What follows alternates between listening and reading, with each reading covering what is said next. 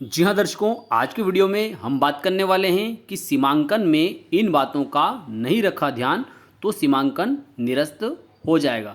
तो दर्शकों, आज का वीडियो उन लोगों के लिए अति महत्वपूर्ण होने वाला है जिनके द्वारा अपनी भूमि का सीमांकन करवाया जाना है या सीमांकन किया जा चुका है। तो दर्शकों, मैं आपको आज वे सभी बातें बताने वाला हूँ जो कि राजस्व मंडल के द्वारा अपने एक फैसले में लिखी गई है। तो दर्शकों, वीडियो में आगे बढ़ने से पहले आपसे निवेदन है कि आपने अभी तक चैनल को सब्सक्राइब नहीं किया तो चैनल को सब्सक्राइब कर दीजिए, बेल आइकन को प्रेस कर दीजिए और इस वीडियो को तो आप फटाफट लाइक कर ही दीजिए, क्योंकि इस चैनल के माध्यम से आपको मिलती है सरल और आसान भाषा में कानून की नई नई जानकारी। तो आइए जान लेते हैं कि राजस्व मंडल के द्वारा अपने फैसले में वे कौन सी बातें लिखी है जो कि सीमांकन के समय ध्यान रखी जानी आवश्यक होती है। तो देखिए दर्शकों, सबसे पहली ध्यान रखने वाली बात यह है कि सीमांकित भूमि के सरहदी काश्तकार की भूमि का नक्शा प्राप्त करना। तो देखिए दर्शकों, यह नक्शा कोई आवेदक जब आवेदन पत्र पेश करता है तो वह सरहदी कृषकों के नक्शे को साथ में लगा सकता है, या यदि आवेदक के द्वारा सरहदी कृषकों अर्थात पड़ोसी कृषकों के खेत का नक्शा आवेदन के साथ में सीमांकन के समय नहीं लगाया जाता है तो राजस्व निरीक्षक महोदय या पटवारी महोदय को इस प्रकार के सरहदी कृषकों के खेत का नक्शा साथ में लगाना चाहिए जब उनके द्वारा जो है सीमांकन को किया जाता है। तो ऐसी स्थिति में सरहदी कृषकों के खेत का नक्शा साथ में होना आवश्यक होता है। दूसरी महत्वपूर्ण बात जो है वह है कि सीमांकित भूमि के सरहदी काश्तकारों हितबद्ध पक्षकार को विधिवत व्यक्तिशः सीमांकन की पूर्व विहित की गई प्रक्रिया के अनुसार सूचना दी जानी चाहिए। सूचना पत्र के निर्वहन के लिए अनुसूची 1 के नियम 11 से 14 में विहित प्रक्रिया के अनुसार सूचना देना चाहिए। तो दर्शकों, यह अनुसूची 1 के नियम 11 से 14 क्या है, इसके संबंध में मैं आपको एक पृथक से वीडियो बनाकर समझा दूंगा, लेकिन मैं आपको इसमें संक्षिप्त में बता देता हूं कि यदि किसी भूमि का सीमांकन किया जाता है तो उसके पड़ोसी कृषक जो है उनको उस सीमांकन की व्यक्तिशः जानकारी होनी चाहिए और इस संबंध में उनको लिखित सूचना पत्र प्राप्त होना चाहिए, चाहे उन कृषकों को हो या उनके परिवार के किसी वयस्क व्यक्ति को हो, लेकिन उस सीमांकन की सूचना होनी आवश्यक रहती है।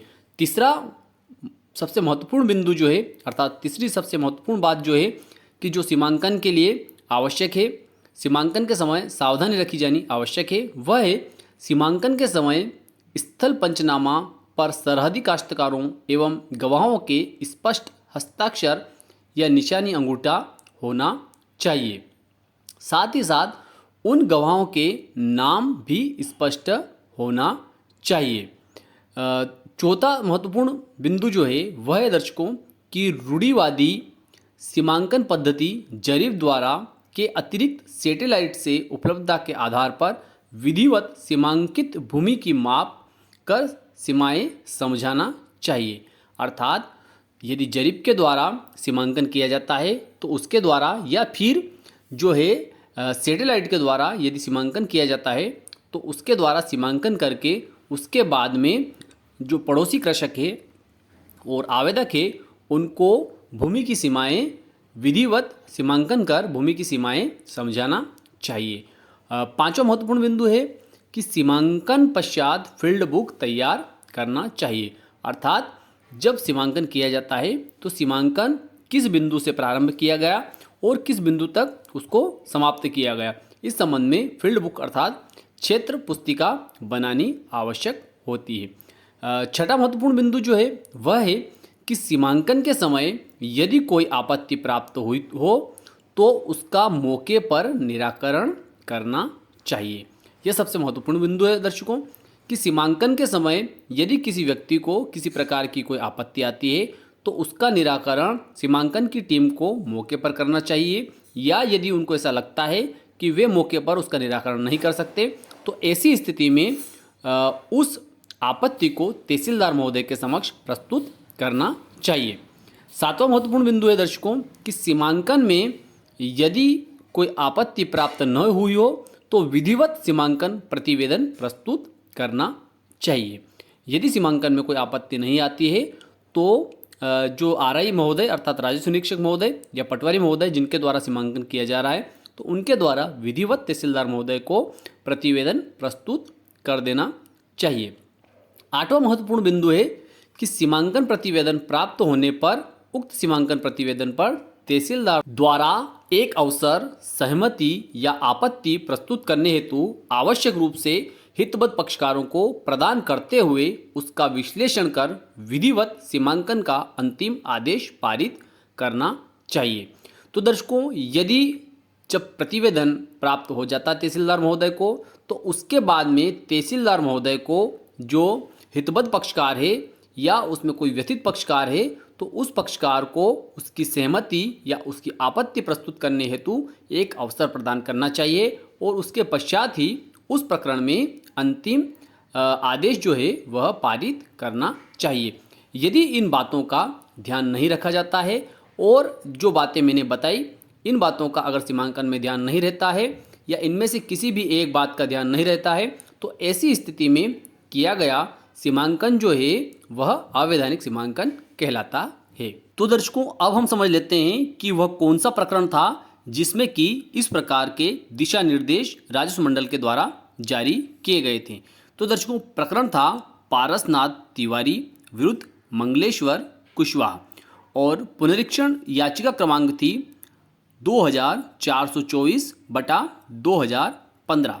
दर्शकों, इसमें राजस्व निरीक्षक व्रत खटखरी तहसील हनुमना जिला रीवा द्वारा प्रकरण क्रमांक 41/12/1314 में पारित आदेश दिनांक 21/12/2014 के विरुद्ध निर्णय दिनांक 5/8/2016 को पारित किया गया था। तो दर्शकों, इस प्रकरण में माननीय राजस्व मंडल के द्वारा कहा है कि दिनांक 24/6/2014 को सीमांकन दल द्वारा सीमांकन करने के उपरांत बिना किसी को सूचना दिए अगले दिन पुनः सीमांकन किया, जिससे पहले किए गए सीमांकन एवं अंतिम आदेश के साथ प्रस्तुत सीमांकन में भिन्नता थी।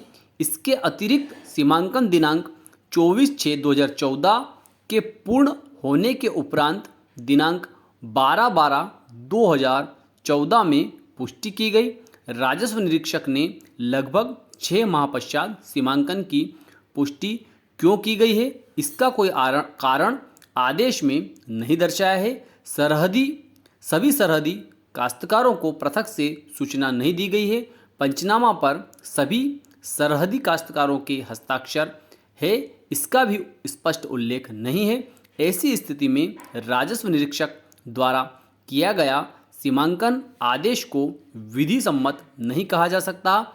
अतः सीमांकन आदेश दिनांक 21/12/2014 निरस्त किया जाकर सीमावर्ती कृषकों को पूर्व सूचना देने के उपरांत नियमों के परिपालन में विधिवत सीमांकन करने हेतु प्रकरण तहसीलदार हनुमना को प्रत्यावर्तित किया जाता है। पक्षकार सूचित हो, प्रकरण दाखिल रिकॉर्ड हो। तो दर्शकों, इसका आशय यह था कि माननीय राजस्व मंडल के द्वारा जो है इस प्रकरण में जो सीमांकन किया गया था उस सीमांकन को निरस्त कर दिया, क्योंकि जैसा कि मैंने पहले बताया कि जो दिशा निर्देश माननीय राजस्व मंडल के द्वारा इस प्रकरण में दिए गए थे उनका पालन इस सीमांकन प्रकरण में नहीं किया गया था। तो दर्शकों, मैं विश्वास रखता हूं कि आज की जानकारी आपके लिए महत्वपूर्ण रही होगी। तो फिर मिलते हैं अगले वीडियो में नई कानूनी जानकारी के साथ। तब तक के लिए जय हिंद, जय भारत।